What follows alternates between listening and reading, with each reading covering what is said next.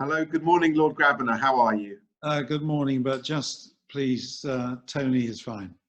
Good morning. How are you doing? I'm good. Thank you very much for this opportunity. It's lovely to see you. How are you and the family keeping at these very unusual, challenging times? Yeah, we're all good. I mean, I'm pretty sure that I've had this horrible thing, but I'm well on the mend. I'm still a bit chesty. You probably tell that from my voice, but I'm feeling a lot better. But it's a very, very unpleasant experience. You should feel well and healthy, to you and all your family, and the sun is shining in the background, so spring is in the air.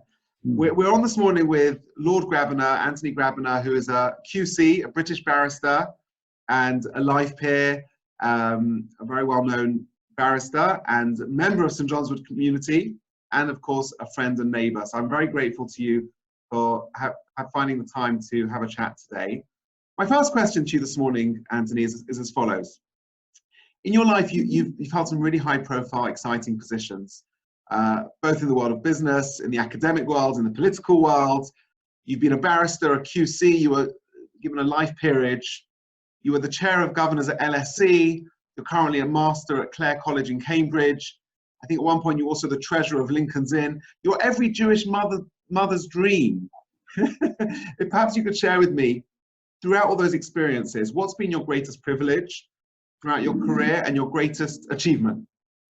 Well, I just wouldn't want to be going down that road. All I know is that I've always wanted to have fun, and everything I've ever done, I've enjoyed, literally from day one. And one of the pities is that a lot of the things I have done were not really seen by my parents, because they both passed away before a lot of what you've just been saying had happened. But so I'm sad about that. But it's been a great time. I've had a lot of fun. But fun, I think, is quite important in life. If you're not having fun, it's hardly worth living. Absolutely. And you know, that's a really important point you raise, because having your parents by your side obviously is very, very important. And for them seeing you through those stages, which must be a challenge that they weren't able to do that. But growing up, looking back, who was your greatest role model, your greatest mentor?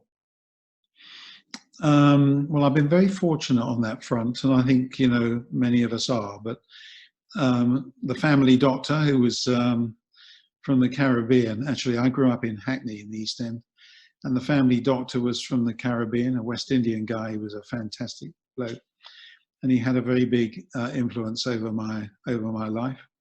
Encouraged me to do a bit of work at school, which nobody else was able to get me to do. And then at grammar school, I went to the local state grammar school, and my English master had a big influence over me. And then when I went to university at the LSE, my professor there, Bill Wedderburn, was a fantastic influence in my life, a major mentor. And we remained friendly for the rest of his life. He sadly passed away a few years ago. Lord Wedderburn of Charlton, a great bloke. His only downside was that he was a supporter of Charlton Athletic Football Club, but otherwise a perfect person. Fantastic. You're a Liverpool fan, if I'm not mistaken? Oh, I'm a Spurs fan. Liverpool really the second team, because I had a great case for them a few years ago when there was a big takeover battle. But Liverpool, great side, and my son-in-law is a big Liverpool fan, so I have to be very respectful towards Liverpool. Tell me, what's it like sitting in the House of Lords when you did and when you were there more regularly? What's it like? Is there camaraderie? Is there a nice atmosphere? Tell me a little bit about that. People will be interested to hear. Always good, extremely nice. I mean, regardless of political differences, there are a lot of extremely interesting and very nice people who are there. And I made some, over the years, I've made some very nice friendships, and I've met interesting and good people who are very concerned about, you know, the state of the nation, who bring great expertise to the chamber. And it's been a good and interesting experience. But it's not there aren't sort of battle lines. I mean, there are political differences, but there's a good deal of genteel politeness, which is a very attractive feature of the Lords compared, for example, with the other place. Sure. I mean, I know in 2015 you resigned the Labour whip. over the direction which the Labour Party was taking under Jeremy Corbyn at the time. You were very much a pioneer, and you now sit as a non-affiliated member. Do you have renewed hope for Labour in the current new leadership? Well, first of all, I'm not non-affiliated. I'm now formally a crossbencher. You have to do a period of time, having come out of whichever party it is you're leaving, before you can go onto the crossbench, and I serve my time, so to speak. So I'm a crossbench peer. Yeah, I mean, I was very upset when Corbyn was elected as leader of the party, because as you say, I thought that was going in quite the wrong direction, and I resigned pretty well immediately, and then applied to go onto the crossbench. Whether it can recover now, well, we shall have to wait and see. I think it's been through a very, very bad period of time, and hopefully now with the new election, and we now have a new, more moderate Labour leader, so we shall see how things develop. But I think it's going to take quite a long time. You know, Lord Grabiner, over the last 40 years, you've been involved in some of the most high-profile commercial disputes. Do you think there's any worry or concern in the post-COVID-19 world that there'll be many disputes headed in the commercial world in relation to furlough, in relation to compensation? I know there's a lot of talk in the news about airlines and holiday refunds. What are your thoughts on that? Well, I mean, you would expect a lawyer to say this is all grist to the mill. I mean, my expectation is that these rather shocking events are obviously going to give rise to major litigation, and there are very major issues, including the points that you've just identified. But there will also be issues about business interruption, about whether or not transactions have been frustrated or brought to an end by operation of independent events outside of the transaction. And these give rise to very interesting legal questions. And when, of course, when a lawyer says something is interesting, it means it's going to be expensive, probably. But you're right. There are some very serious legal consequences that flow out of all this. And I think there's a lot of stuff that's going to be piling up to be dealt with in due course, hopefully when this appalling period passes. Right. If we could turn a little bit to your academic experience. You're now Master of Clare College, Cambridge. I'd love to find out a little bit about what is involved with that role, and particularly how this has been affected by COVID-19. As I think when we spoke before the interview, you mentioned how this coming autumn will be the first time in many, many years that Cambridge will have to accept students who haven't even sat A-levels, and it's a very challenging and adaptive time. If you could share with me some insight to that, I'd be really interested. Well, just going back in time a bit, when I first, when I finished at the LSE, I was going to be an academic lawyer. And I started off teaching there, and then at Queen Mary College on the Mile End Road, which a lot of the members of our congregation will be familiar with, probably because their families or their parents or grandparents would have come out of the Mile End Road, Whitechapel and the East End and Hackney and so on. So that was all very interesting for me. So I started off as an academic, and then I went to the bar, but I always had an academic commitment. I then chaired the London School of Economics, where I was a student, but for several years. And then in due course, I've become, I was elected as Master of Clare College in Cambridge. What we're now experiencing, so I've always had a commitment to the academic side of law. What we're now experiencing, of course, is something that's deeply shocking. As you say, I mean, there are going to be students due to arrive in Cambridge in October of this year, the next academic year, and they will not have sat their A-level exams because of the virus. And they're going to be assessed by their schools, and then a regulator will run a slide rule over the outcome of that exercise. And so we will be taking students in October who, as you say, have not done A-level exams, which is a fairly shocking proposition to somebody who's familiar with our system. And it's not at all clear, may I say, that we're going to be starting physically in October. What's happening at the moment is that in March, beginning of March or shortly thereafter, we had, in effect, to encourage our students, as many as possible, to leave college still during term time because of the virus. And since then, a vast proportion of them have gone. A very small number remained. And I think this is probably true right across Cambridge, but it's certainly true of my college, because there was nowhere else for them to go. So they were foreign based and there was nowhere for them to get back to. And what has happened is that there has been, since then, online teaching. Term starts this week, today, in fact, I think, or yesterday. And the teaching for the whole of this coming term will be online, and all that's in place.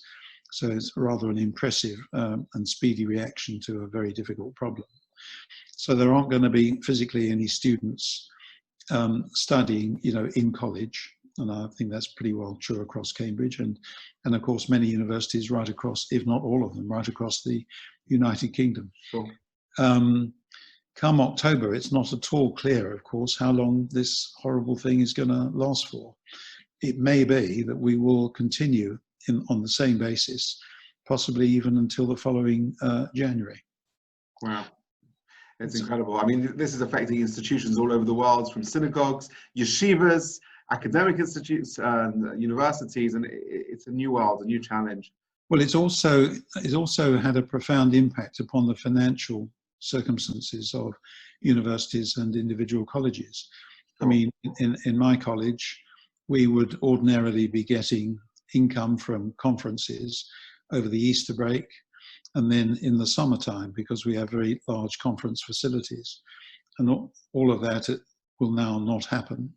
So financially, that's going to have a huge impact upon the finances of universities and colleges. Similarly, if students are not occupying college residential accommodation, they can't be charged because they're not there. Sure. So that's going to have a profound impact upon the universities, as I say, right across the UK and, of course, elsewhere in the world. And many universities, including some of our ancient universities and very distinguished places of learning, are under great financial pressure. It's a very major problem. Let's end on something a little bit more lighthearted. Yeah. Tell me, you spent many years in court, the drama of it, the excitement of it, the exhilaration. Perhaps you could share a highlight or the funniest moment you had, story, something with us. Well, the one that springs to mind, I say against myself, I was extremely junior. I had only just started, and I was defending a young boy who had been charged with possessing an offensive weapon. The offensive weapon was a lady's steel or metal comb with a handle on it, and the metal comb was painted, but the pointed end had been sharpened up into a rather vicious point. And it's a defense to a charge of possessing an offensive weapon if you can justify or explain your possession of it. And his position was that the comb had been given to him by his mother that day when he left home. So I called the mother, and she went into the witness box, and I said, I showed her the comb, and I said, "Do you recognize this comb?" She said, "Yes." I said, "When did you last see it?" Well, she said, "I gave it to my son on the day that he left home, on the particular day." I then said, "And is it in the same condition now as it was when you gave it to him?" And she said, "Yes." That is when I should have stopped. And for some reason I don't understand, even now looking back on it, I said, "Are you sure?" And she said, "Well, yes, apart from the bit that's sharpened up at the end." So I absolutely could have died, and the magistrate was extraordinarily sympathetic, and he smiled benignly, and he said to me, "It's perfectly all right. I was going to ask her that question myself." But it was just the most horrible moment in what was then an extremely short-lived career, but I have never forgotten it. Well, it's best to learn it when there's not many people looking. Absolutely. We learn from our mistakes. That's what makes us great. If I could ask you, Lord Grabiner, do you have a message for our community, for all our friends and members of St. John's Wood Synagogue who are going to be seeing this video? Yeah. Well, first of all, I just want to thank you and the other rabbis and people you're working with at the synagogue, because I think you're doing a fantastic job. I'm very conscious of the fact that there are a lot of people in the community, and many of them are quite elderly, many of them are alone, many of them are living in fairly small accommodation, not able to access, open space, or if they can, not very easily. And I think that the work that you're doing, and for example, in the form of this kind of communication mechanism, is extremely valuable. And I thank you for that very much indeed. I just hope that and pray for them that they'll be well, that they're healthy, and that they look after themselves, because these are very horrible times. But hopefully we're going to beat through all this and get there. And it will be a marvelous moment when we can all go back to shul, and we can go into the synagogue. I look forward to hearing certainly a drosha from you, and maybe even a sermon from Diane Binstock sooner rather than later. It will give me enormous pleasure to be back there and living a life that we've become used to, and hopefully will be restored sooner rather than later.